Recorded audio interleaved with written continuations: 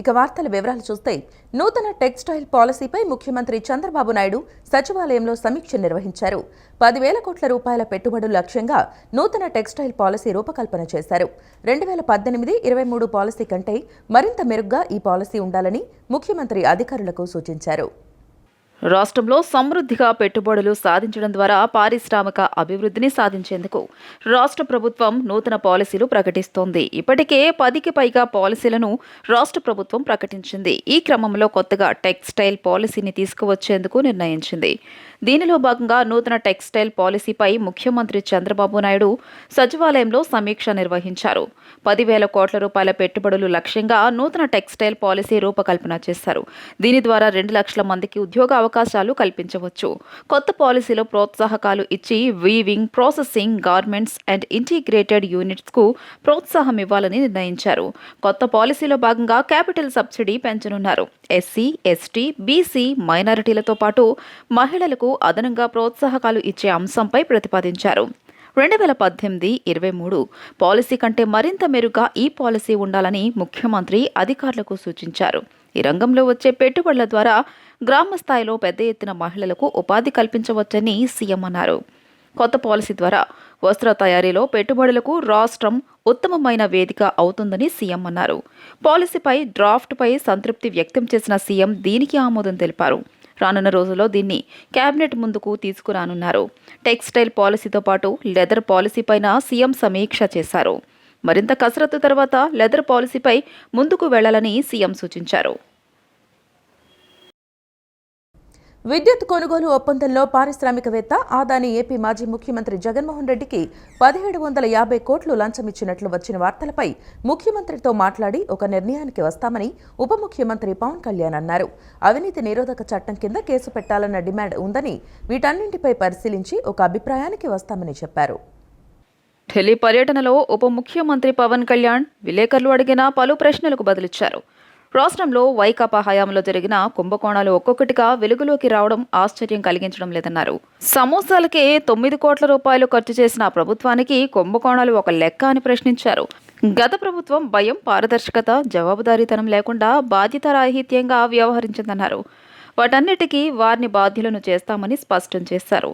పోలీసులు నోటీసులు ఇచ్చిన దర్శకుడు రామ్ గోపాల్ వర్మతో పాటు మిగతా చాలా మంది తప్పించుకు తిరగడం వెనుక పోలీసుల హస్తం ఉండొచ్చన్న వార్తల గురించి ఏమంటారని విలేకరులు ప్రశ్నించారు.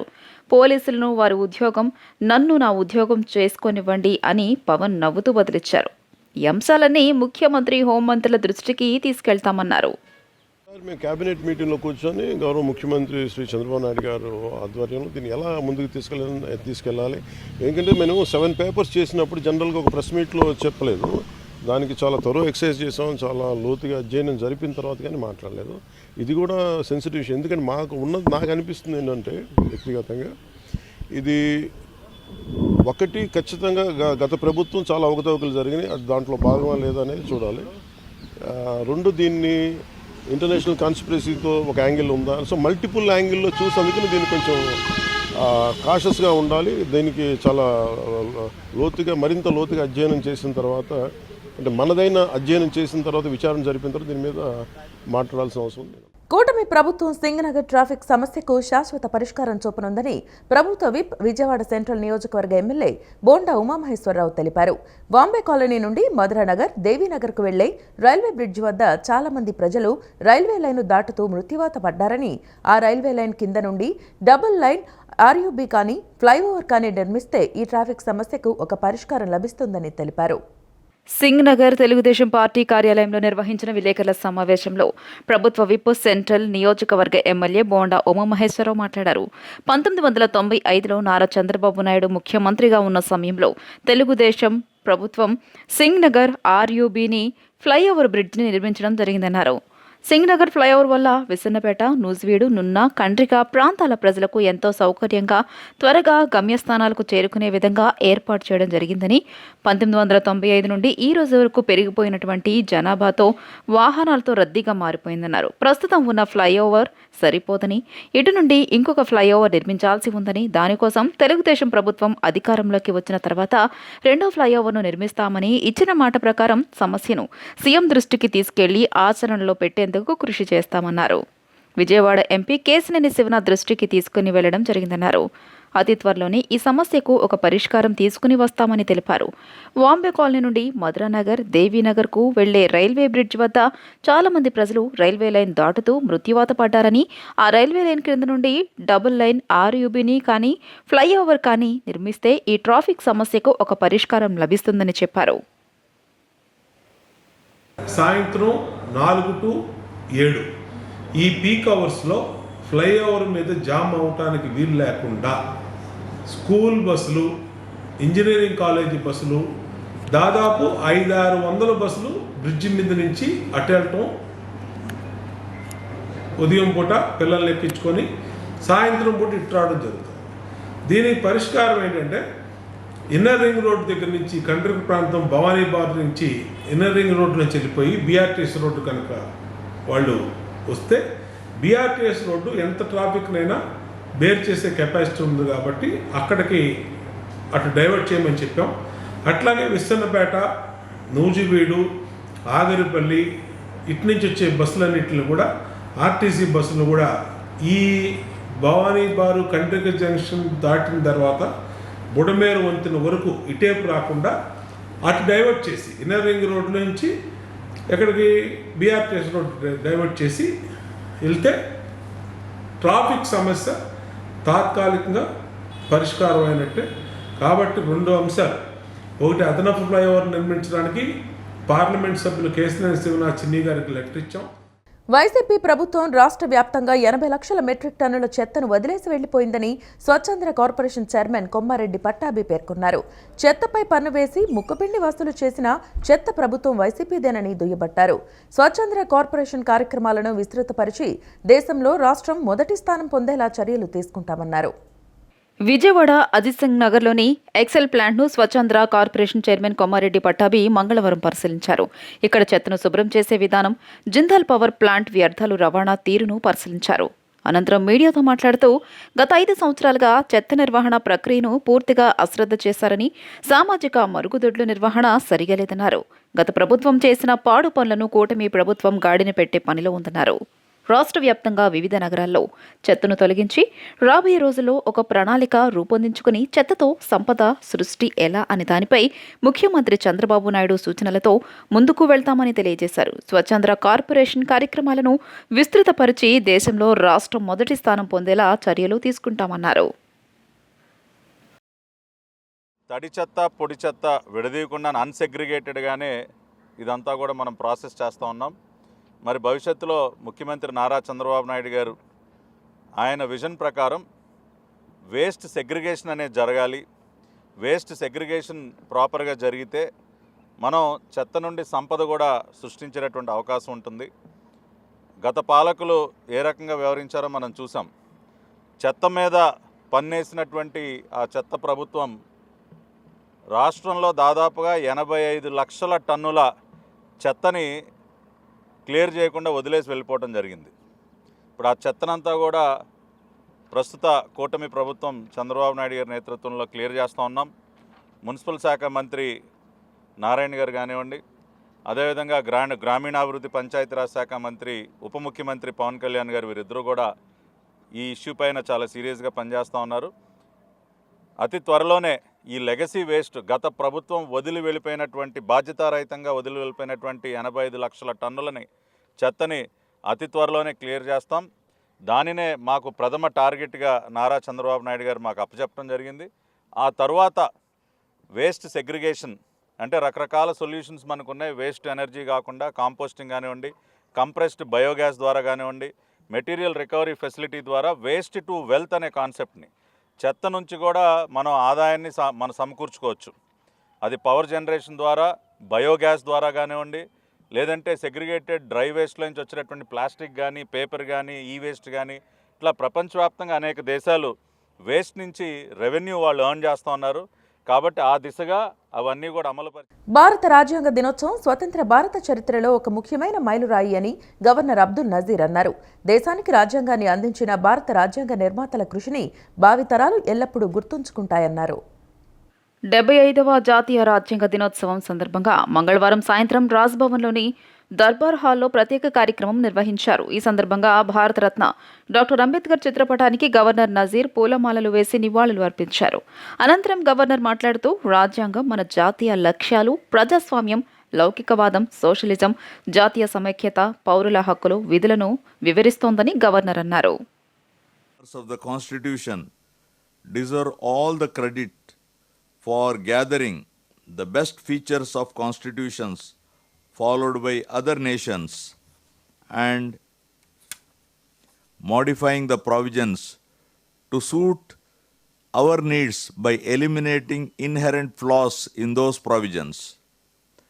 Our Constitution is a synthesis of parliamentary sovereignty and judicial supremacy. The Indian Constitution is the written and lengthiest constitution of any sovereign country in the world.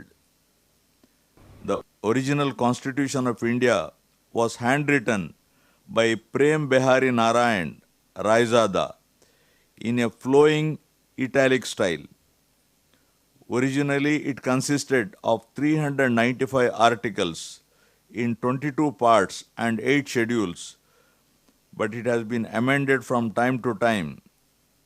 Currently, it has a preamble, 25 parts with the 12 schedules, 470 articles, and 106 amendments. The Indian Constitution is known to be more flexible than rigid, as it gives the power to the Parliament to modify many of the provisions by a simple majority for general legislation. Bezawada దుర్గమ్మను కర్ణాటక పంపా క్షేత్ర సాధకులు ద్వారకా బద్రి జ్యోతిష్యపీఠం శిష్యులు గోవిందనంద సరస్వతి బుధవారం దర్శించుకున్నారు. ఆలయ EO K S Ramarao, ఆలయ పండితులు ఆయనకు పూర్ణ కుంభంతో స్వాగతం పలికారు. స్వామివారికి దగ్గరుండి అమ్మవారి దర్శనం చేయించారు. దర్శనానంతరం వేద పండితులు వేదాశీర్వచనం అందజేశారు. అనంతరం అమ్మవారి చిత్రపటాన్ని, లడ్డు ప్రసాదాన్ని అందజేశారు. అనంతరం స్వామివారు వివిధ గ్రంథాలపై వారి ఉపన్యాసాన్ని తెలియజేశారు. అక్కడ అన్యధారూఢ పీఠోపి నిగ్రహార్హో మనీషిణ రాజేంద్ర ఎవరైనా సరే అన్యథా ప్రకారంగా పీఠాన్ని బలాత్కారంగా తీసుకోవడం కానీ పీఠంలో నేర్పించిన గురువుని చెప్పుకునేటువంటి తిరిగేటువంటి సమయంలో మనీషిణులు పరిషత్తు మూలంగా ప్రశ్నించాలి. ఆదిశంకర భగవత్పాదుల వారి నియమంతో పాటుగా ఈ అధికారం కూడా ఇచ్చేది. ఈ మఠాన్ని మహాని శాసనం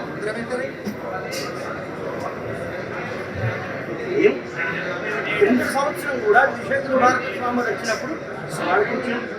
ఆంధ్రప్రదేశ్లో గ్రామీణ రహదారుల అభివృద్ధికి ఏషియన్ ఇన్ఫ్రాస్ట్రక్చర్ ఇన్వెస్ట్మెంట్ బ్యాంక్ నుంచి తీసుకునే రుణంలో వెసులుబాట్లు కల్పించాలని ఉప ముఖ్యమంత్రి పవన్ కళ్యాణ్ కేంద్ర ఆర్థిక మంత్రి నిర్మలా సీతారామన్కు విజ్ఞప్తి చేశారు. ఆంధ్రప్రదేశ్ గ్రామీణ రోడ్ల ప్రాజెక్టు కోసం ఏషియన్ ఇన్ఫ్రాస్ట్రక్చర్ ఇన్వెస్ట్మెంట్ బ్యాంక్ నుంచి తీసుకున్న రుణానికి సంబంధించి ప్రాజెక్టు గడువును ఏపీ గ్రామీణ రహదారి ప్రాజెక్టు పూర్తి చేసేందుకు ఇచ్చిన గడువును 2026 డిసెంబర్ వరకు పొడిగించాలని కోరారు. ఇందుకోసం బిల్లులు రియంబర్స్మెంట్ పద్ధతిలో కాకుండా ముందుగానే చెల్లించాలని అడిగారు. ఏఐఐబి ఇదివరకు ఒప్పుకున్న ప్రకారం 3,834.52 కోట్లు మంజూరు చేసేలా చూడాలని విన్నవించారు. రాష్ట్ర ఉప ముఖ్యమంత్రి పవన్ కళ్యాణ్ ఢిల్లీలో మంగళవారం పర్యటించారు. ఉదయం పర్యాటక సాంస్కృతిక శాఖ మంత్రి గజేంద్ర సింగ్ షెకావత్, తర్వాత కేంద్ర జలశక్తి శాఖ మంత్రి సిఆర్ పాటిల్, ఆర్థిక మంత్రి నిర్మలా సీతారామన్, రైల్వే మంత్రి అశ్విని వైష్ణవ్, వ్యవసాయ గ్రామీణాభివృద్ధి శాఖ మంత్రి శివరాజ్ సింగ్ చౌహాన్, పంచాయతీరాజ్ శాఖ మంత్రి రాజీవంజన్ సింగ్లను కలిసి ఆయా శాఖల్లో ఉన్న పెండింగ్ సమస్యలపై వినతి పత్రాలు సమర్పించారు. వారాహి డిక్లరేషన్ ప్రతులను అందజేశారు. చివరిగా ఉపరాష్ట్రపతి జగదీప్ ధన్పడ్ను పవన్ కళ్యాణ్ మర్యాదపూర్వకంగా కలిసి మాట్లాడారు. రాష్ట్ర సమస్యల పరిష్కారానికి కేంద్ర మంత్రులు ఇచ్చిన హామీల పట్ల ఉప ముఖ్యమంత్రి సంతృప్తి వ్యక్తం చేశారు. ఆయన వెంట జనసేన ఎంపీలు వల్లభనేని బాలశౌరి, తంగెళ్ల ఉదయ్, శ్రీనివాస్ ఉన్నారు. జగన్మోహన్ రెడ్డి 1750 కోట్ల లంచం తీసుకుంటే ఎటువంటి చర్య తీసుకోలేదని ఏపీసీసీ అధ్యక్షురాలు వైఎస్ షర్మిల విమర్శించారు. విద్యుత్ కొనుగోళ్ల విషయంలో ఎటువంటి దర్యాప్తు జరగడం లేదని పేర్కొన్నారు. రాష్ట్రంలో రాజ్యాంగాన్ని వైసీపీ గౌరవించడం లేదని దుయ్యబట్టారు. గెలిచిన ఎమ్మెల్యేలు అసెంబ్లీకి వెళ్లాలని రాజ్యాంగం చెబుతోందని, వైసీపీ శాసనసభ్యులు మాత్రం అసెంబ్లీకి వెళ్లకపోవడం లేదన్నారు. అసెంబ్లీకి వెళ్లని వీరు రాజ్యాంగం ప్రకారం రాజీనామా చేయాలని డిమాండ్ చేశారు. భారత రాజ్యాంగ దినోత్సవం సందర్భంగా ఏపీసీసీ అధ్యక్షురాలు వైఎస్ షర్మిల మంగళవారం ఆంధ్రరత్న భవన్ నుంచి అంబేద్కర్ స్మృతి వనం వరకు పాదయాత్ర నిర్వహించారు. భారత రాజ్యాంగం పుస్తకాన్ని చేతబట్టి రాజ్యాంగాన్ని కాపాడాలని కోరుతూ యాత్ర నిర్వహించారు. అనంతరం మీడియాతో మాట్లాడుతూ అన్ని సాక్ష్యాలు ఉన్నాయని ఎఫ్బీఐ చెబుతున్నా ఎటువంటి దర్యాప్తు చేయడం లేదన్నారు. వెంటనే దీనిపై విచారణ కమిటీ వేయాలని చంద్రబాబు నాయుడిని డిమాండ్ చేశారు. రాష్ట్రంలో రాజ్యాంగాన్ని వైకాపా గౌరవించడం లేదని దుయ్యబట్టారు. గెలిచిన ఎమ్మెల్యేలు అసెంబ్లీకి వెళ్లాలని రాజ్యాంగం చెబుతోందని, వైకాపా శాసనసభ్యులు మాత్రం అసెంబ్లీకి పోవడం లేదన్నారు. అసెంబ్లీకి వెళ్లని వీరు రాజ్యాంగం ప్రకారం రాజీనామా చేయాలని డిమాండ్ చేశారు. రాజ్యాంగానికి భాజపా విలువ ఇవ్వడం లేదని, ఇప్పుడు దేశంలో ఆ పార్టీ రాజ్యాంగం నడుస్తోందన్నారు. భాజపాకు వ్యతిరేకంగా మాట్లాడితే గొంతు నొక్కుతున్నారని, కేసులు పెడుతున్నారన్నారు. ఎన్నికల సంఘాన్ని కూడా గుప్పెట్లో పెట్టుకున్నారని ఆరోపించారు. అదానిని బీజేపీ కాపాడుతోందని, మోదీతో పాటు అందరూ అదానికి భయపడుతున్నారని ఆరోపించారు. దేశ సంపద మొత్తం అదానికి దోచిపెట్టారని ఆగ్రహం వ్యక్తం చేశారు. దేశంలో అన్ని వర్గాల ప్రజలకు న్యాయం జరగాలంటే తక్షణం కులగణన జరగాలని డిమాండ్ చేశారు. రాజ్యాంగానికి విలువ ఇవ్వకుండా బీజేపీ రాజ్యాంగంలో మాత్రం సెంట్రలైజేషన్ ఆఫ్ పవర్, మొత్తం పవర్ మోడీ గారి చేతుల్లోనే ఉండాలి. చిన్న చిన్న రాష్ట్రాలు అన్నీ కలిపి ఒక మహా దేశమని భారత రాజ్యాంగం చెప్తుంటే, చిన్న చిన్న రాష్ట్రాలకు, మరి ముఖ్యంగా వాళ్ళ పార్టీ అధికారంలో లేని రాష్ట్రాలకు బీజేపీ పార్టీ చాలా అన్యాయం చేస్తుంది. మరి ముఖ్యంగా ఆంధ్ర రాష్ట్రానికి అసలు రాష్ట్రాలకు హక్కులే లేనట్టు, ఆంధ్ర రాష్ట్రానికి ప్రత్యేక హోదా హక్కు అయినప్పటికీ కూడా 10 సంవత్సరాల క్రితం ప్రత్యేక హోదా ఇస్తామన్న మోడీ గారు 10 సంవత్సరాల నుంచి వెన్నుపోటు పొడుస్తూనే ఉన్నారు. ఒక ప్రత్యేక హోదానే కాదు, విభజన హామీలో ఏ ఒక్క హామీ కూడా నిలబెట్టుకోలేదు మోడీ గారు. అంటే దానికి కారణం వాళ్ళు అనుసరిస్తున్న భారతీయ జనతా పార్టీ రాజ్యాంగమే. ఎందుకంటే వాళ్ళకు ఈ రాజ్యాంగం పట్ల గౌరవం లేదు కాబట్టి. లౌకికవాదం అని భారత రాజ్యాంగం చెప్తుంటే, సెక్యులరిజం అని భారత రాజ్యాంగం చెప్తుంటే మోడీ గారికి అది అర్థమే కాదు. ఆంధ్రప్రదేశ్తో పాటు మరో 3 రాష్ట్రాల్లో రాజ్యసభ ఎంపీల రాజీనామాలతో ఖాళీ అయిన 6 స్థానాల ఉప ఎన్నికలకు కేంద్ర ఎన్నికల సంఘం మంగళవారం షెడ్యూల్ ప్రకటించింది. ఉప ఎన్నికలకు వచ్చే నెల 8న నోటిఫికేషన్ విడుదల చేయనుంది. 10వ తేదీ వరకు నామినేషన్లను స్వీకరిస్తారు. 11న వాటిని పరిశీలిస్తారు. ఉపసంహరించుకోవడానికి 18వ తేదీ వరకు గడువు ఉంటుంది. ఆంధ్రప్రదేశ్తో పాటు మరో 3 రాష్ట్రాల్లో రాజ్యసభ ఎంపీల రాజీనామాలతో ఖాళీ అయిన 6 స్థానాల ఉప ఎన్నికలకు కేంద్ర ఎన్నికల సంఘం మంగళవారం షెడ్యూల్ ప్రకటించింది. ఉప ఎన్నికలకు వచ్చే నెల 8న నోటిఫికేషన్ విడుదల చేయనుంది. 10వ తేదీ వరకు నామినేషన్లను స్వీకరిస్తారు. 11న వాటిని పరిశీలిస్తారు. ఉపసంహరించుకోవడానికి 18వ తేదీ వరకు గడువు ఉంటుంది. పోటీ అనివార్యమైతే ఆయా స్థానాలకు వచ్చే నెల 30న పోలింగ్ నిర్వహించనున్నట్లు వెల్లడించింది. ఉదయం 3 గంటల నుంచి సాయంత్రం 4 గంటల వరకు పోలింగ్ నిర్వహించి, అదే రోజు సాయంత్రం 5 గంటలకు పోలైన ఓట్లను లెక్కించి విజేతలను ప్రకటిస్తారు.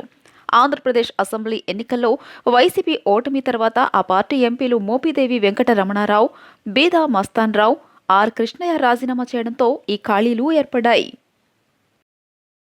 కేంద్ర పర్యాటక సాంస్కృతిక శాఖ, సంగీత నాటక అకాడమీ, రాష్ట్ర సాంస్కృతిక పర్యాటక శాఖ సంయుక్తంగా వచ్చే నెల 6 నుంచి 8 వరకు విజయవాడలో కృష్ణవేణి సంగీత నీరాజనం కార్యక్రమం నిర్వహిస్తున్నట్లు రాష్ట్ర పర్యాటక సాంస్కృతిక శాఖ మంత్రి కందుల దుర్గేష్ తెలిపారు. సచివాలయంలో ముఖ్యమంత్రి చంద్రబాబును కలిసి కార్యక్రమానికి ఆహ్వానించారు. విజయవాడలోని తుమ్మలపల్లి క్షేత్రయ్య కళాక్షేత్రంలో వైభవంగా నీరాజన కార్యక్రమాలు నిర్వహించేలా ఏర్పాట్లు చేస్తున్నామని మంత్రి వివరించారు. ఆంధ్రుల సాంస్కృతిక వైభవం, వారసత్వం, సాంప్రదాయాలతో పాటు రాష్ట్రంలోని ప్రఖ్యాత వంటకాలు, హస్తకళలు, చేనేత వస్త్రాలకు ప్రాచుర్యం కల్పిస్తున్నట్లుగా పేర్కొన్నారు.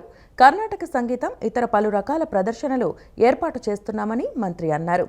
రాష్ట్రంలో eco, temple cruise, adventure, wellness, పర్యాటకం సర్క్యూట్ల ఏర్పాటుపైన సీఎంతో చర్చించారు.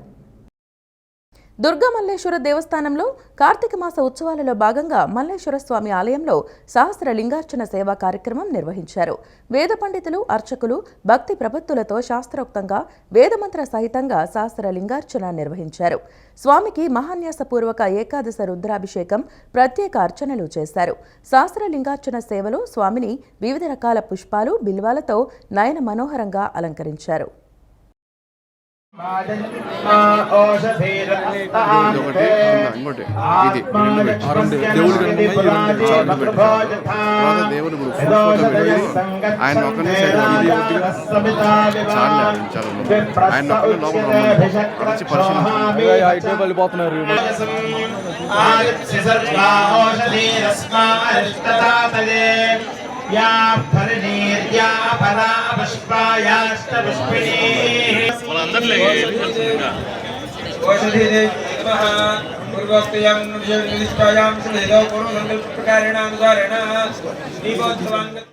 ఆంధ్రప్రదేశ్ రాష్ట్ర Shilparamam arts and craft cultural society చైర్పర్సన్గా చెరెడ్డి మంజులారెడ్డి పదవి బాధ్యతలు స్వీకరించారు.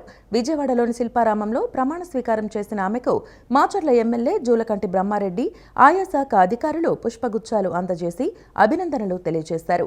ఈ సందర్భంగా ఆమె మాట్లాడుతూ రాష్ట్రంలో మరుగున పడ్డ కళలకు జీవం పోస్తానని అన్నారు. సామాన్య కార్యకర్తను గుర్తించి తనకు పదవి కట్టబెట్టిన ముఖ్యమంత్రి చంద్రబాబు నాయుడు విజన్ ఉన్న నాయకుడని కీర్తించారు. ఎమ్మెల్యే బ్రహ్మారెడ్డి మాట్లాడుతూ పార్టీ కోసం కష్టపడిన వారికి తగు న్యాయం జరుగుతుందనేందుకు ఉదాహరణ మంజులారెడ్డి అన్నారు. ఈ పదవి నాకు సహకారవంతులైన మా నారా చంద్రబాబు నాయుడు గారికి, నారా లోకేష్ బాబు గారికి, డిప్యూటీ సీఎం పవన్ కళ్యాణ్ గారికి, మంత్రి మా భువనేశ్వరి మేడం గారికి, ముఖ్యంగా మా మంత్రి ఎంపీ కృష్ణదేవరాయలు గారికి, మా జోలకంటి బ్రహ్మానందరెడ్డి గారికి ముందుగా కృతజ్ఞతలు తెలియజేస్తున్నానండి. నాకు ఒక సామాన్య కార్యకర్తను ఎందుకు నాకు ఈ పదవి ఇచ్చినందుకు మా నారా చంద్రబాబు నాయుడుకి నేనే ఒక నిదర్శనం అని చెప్పుకోవాలండి. ఇక్కడ ఆయన ఎంత గొప్ప మహానుభావుడు, మనకి ఎంత గొప్ప నాయకుడు నేనే చెప్పుకోగలుగుతున్నానండి. ఇక్కడ నేను ఈ శిల్పారామం నాకు డెవలప్ చేయాలని కోరుకుంటున్నాను. అన్నీ చూసి ఇప్పుడు మా ఎమ్మెల్యే గారు మాట్లాడిన దాని గురించి ఆయన సహకారంతో నేను అన్ని తెలుసుకొని ముందుకెళ్దామని ప్రయత్నం చేస్తాను. గత 5 ఏళ్ల వైఎస్ఆర్సీపీ అరాచక పాలనకి రాష్ట్ర ప్రజలు ఎన్నికల్లో ఓటు అనే ఆయుధంతో తగిన గుణపాఠం చెప్పారని ప్రభుత్వ విప్ సెంట్రల్ నియోజకవర్గ ఎమ్మెల్యే బోండా ఉమామహేశ్వరరావు అన్నారు. ఎన్నికల్లో ఇచ్చిన సూపర్ 6 పథకాలను కూటమి ప్రభుత్వం సమర్థవంతంగా అమలు చేయడాన్ని ప్రజలు హర్షం వ్యక్తం చేయడంతో పాటు ఇతర పార్టీ నాయకులు తెలుగుదేశం పార్టీలోకి చేరుతున్నారని హర్షం వ్యక్తం చేశారు. నగరంలోని సెంట్రల్ నియోజకవర్గం కండ్రిక బస్టాండ్ సెంటర్ వద్ద కె రవికుమార్, శేషగిరిరావు నేతృత్వంలో సాదం శ్రీనాథ్ ఆధ్వర్యంలో సుమారు 450 మంది కార్యకర్తలు ప్రభుత్వ విప్ ఎమ్మెల్యే బోండా ఉమామహేశ్వరరావు సమక్షంలో తెలుగుదేశం పార్టీలో చేరారు. పార్టీ జెండా కప్పి వైఎస్ఆర్సీపీ నేతలు, కార్యకర్తలు పార్టీలోకి సాదరంగా ఆహ్వానించారు. ఎమ్మెల్యే బోండా ఉమామహేశ్వరరావు మాట్లాడుతూ కూటమి ప్రభుత్వం అమలు చేస్తున్న సంక్షేమ పథకాలు చూసి ఆకర్షితులై సాదం శ్రీనాథ్ ఆధ్వర్యంలో ఎస్సీ, ఎస్టీ, మైనారిటీ కార్యకర్తలు టీడీపీలోకి చేరడం సంతోషంగా ఉందన్నారు. గత 5 ఏళ్ల వైఎస్ఆర్సీపీ పాలనతో ప్రజలు విసిగిపోయారని, చంద్రబాబు నాయుడు ఆధ్వర్యంలో కూటమి ప్రభుత్వం ప్రజలకు న్యాయం చేస్తోందని గట్టిగా నమ్మి కనీ విని ఎరగని రీతిలో భారీ విజయాన్ని అందించారని ప్రజలు కృతజ్ఞతలు తెలియజేశారు. ప్రజలు కూటమి ప్రభుత్వంపై పెట్టుకున్న నమ్మకాన్ని వమ్ము చేయకుండా అధికారం చేపట్టిన అతి కొద్ది నెలల్లోనే పింఛన్ పెంపు, మెగా డిఎస్సి, అన్నా క్యాంటీన్, ఉచిత గ్యాస్ సిలిండర్లు, ఇంటింటికి నాణ్యమైన రేషన్ పంపిణీ ఇలా అనేక సంక్షేమ పథకాలు అమలు చేశామన్నారు. ఇటీవల నగరాన్ని బుడమేరు వరద ముంచెత్తిన సమయంలో సీఎం చంద్రబాబు, నేను మంత్రులు, అధికారులు నిద్రాహారాలు మాని బాధితులకు ఇంటింటికి ఉదయం టిఫిన్, 2 పూటల భోజనంతో సహా సహాయ చర్యలు అందించి అండగా నిలిచిన విషయాన్ని ఎమ్మెల్యే బోండా ఉమామహేశ్వరరావు గుర్తు చేశారు. భవిష్యత్తులో బుడమేరు వరద నగరం వైపు రాకుండా కృష్ణానదిలోకి వెళ్లే విధంగా శాశ్వత పరిష్కారం చూపుతామని స్పష్టం చేశారు. రవికుమార్ ఇప్పటివరకు ఏ విధంగా అండగా ఉన్నారో అదేవిధంగా సాధం కూడా మీకు అండగా ఉంటారని తెలియజేశారు. కొత్తగా పార్టీలోకి చేరిన సాదం శ్రీనాథ్, వైఎస్ఆర్సీపీ నాయకులు, కార్యకర్తలు ఇటు టీడీపీ శ్రేణులను సమన్వయం చేసుకుంటూ పార్టీ బలోపేతం చేయడంతో పాటు టీడీపీలో సముచిత స్థానం కల్పిస్తామని ఎమ్మెల్యే బోండా ఉమా తెలియజేశారు. ఈరోజు ఇక్కడ కుందావారి కండ్రికలో మన సాధనాల శ్రీనాథ్ కానీ, దేవిరెడ్డి చంద్రశేఖర్ రెడ్డి కానీ వాళ్ళ మిత్ర బృందంలో దాదాపు 500 మందితో కలిపి ఈరోజు పార్టీలోకి చేరటం వల్ల సెంట్రల్ నియోజకవర్గంలో ఈ 64వ డివిజన్లో పార్టీ బ్రహ్మాండంగా పటిష్టతకి ముందుకొచ్చింది. ఖచ్చితంగా రాబోయే రోజుల్లో పేద వర్గాలు ఏ నమ్మకంతో తెలుగుదేశం పార్టీ కూటమిని గెలిపించారో దానికి అనుగుణంగా పనిచేస్తాం. వీళ్ళందరికీ కూడా పార్టీలోకి వచ్చిన వాళ్ళకి తగిన ప్రాతినిధ్యాన్ని, ప్రోత్సాహాన్ని కూడా ఇస్తామని ఈ నియోజకవర్గ శాసనసభ్యుడిగా ఇవాళ పార్టీలోకి వచ్చినటువంటి అందరినీ కూడా హృదయపూర్వకంగా తెలుగుదేశం పార్టీ సెంట్రల్ నియోజకవర్గ కుటుంబంలోకి ఉమా గారు మమ్మల్ని నమ్మి మా పార్టీలోకి తీసుకున్నందుకు నేను వాళ్ళ మాటలకి ఆయనకి కట్టుబడి ఉండి ఆయనతో పాటు కలిసి నడిచి నియోజకవర్గ అభివృద్ధికి డివిజన్ అభివృద్ధికి మా మిత్రుల మాట పోకుండా 200 నుంచి 500 వరకు సుమారుగా 400 పైచిలకే కార్యకర్తలు తెలుగుదేశం పార్టీలో ఈరోజు చేరటం జరిగింది. ఆయన నాయకత్వానికి విలువనిచ్చి ఆయన నాయకత్వ లక్షణాలు నచ్చి తెలుగుదేశం పార్టీ చేసే కార్యక్రమాలు సూపర్ 6 కార్యక్రమంలో భాగంగా అన్ని పథకాలు సుమారుగా ఇప్పుడు 4 పథకాలు అందించడం జరిగింది. దీని నిమిత్తం కూడా ప్రజలు ఆకర్షితులై ఈ విధంగా పార్టీలోకి రావటం చాలా సంతోషకరంగా ఉంది. మున్ముందు ఇంకా ఈ డివిజన్ నుంచి ఇంకా ముందుకు వచ్చేలాగా. కార్తీక మాసం చివరి వారం కావడంతో శివాలయాలు భక్తులతో కిటకిటలాడుతున్నాయి. ఉంగుటూరు మండలం చాగంటిపాడు గ్రామంలో ఉన్న హరిహర క్షేత్రంలో కోటి దీపోత్సవ కార్యక్రమాన్ని కమిటీ సభ్యులు ఘనంగా నిర్వహించారు. దేవాలయంలో శివలింగాకారాన్ని ముగ్గులతో అలంకరించడం భక్తులను విశేషంగా ఆకర్షించింది. ఈ కార్యక్రమంలో గ్రామస్తులు పెద్ద సంఖ్యలో పాల్గొని పూజలు నిర్వహించి తమ భక్తిని చాటుకున్నారు. కృష్ణా జిల్లా బాపులపాడు మండలం వీరవల్లి షిరిడి సాయిబాబా వారి ఆలయంలో కార్తీక మాసం ఏకాదశి సందర్భంగా సహస్ర దీపోత్సవం అత్యంత వైభవపేతంగా నిర్వహించారు. గ్రామస్తులు మహిళలు పెద్ద సంఖ్యలో తరలివచ్చి దీపాలంకరణలో పాల్గొన్నారు. ప్రతి ఏటా షిరిడి సాయిబాబా మందిరంలో కార్తీక మాసాన్ని ఎంతో ఘనంగా నిర్వహిస్తామని సాయిబాబా మందిర కమిటీ సభ్యులు కోడెబోయిన బాబీ తెలిపారు. ఈ పూజలలో కోడెబోయిన బాబీ, రావి ఈశ్వర్, లంకా బేబీ, సరోజిని, తవ్వ ఆదిలక్ష్మి పాల్గొన్నారు. విచ్చేసిన భక్తులకు అర్చకుడు శ్రీనివాసరావు తీర్థ ప్రసాదాలు అందజేయడం జరిగింది. ఈ వార్తలు ఇంతటితో సమాప్తం. నమస్కారం.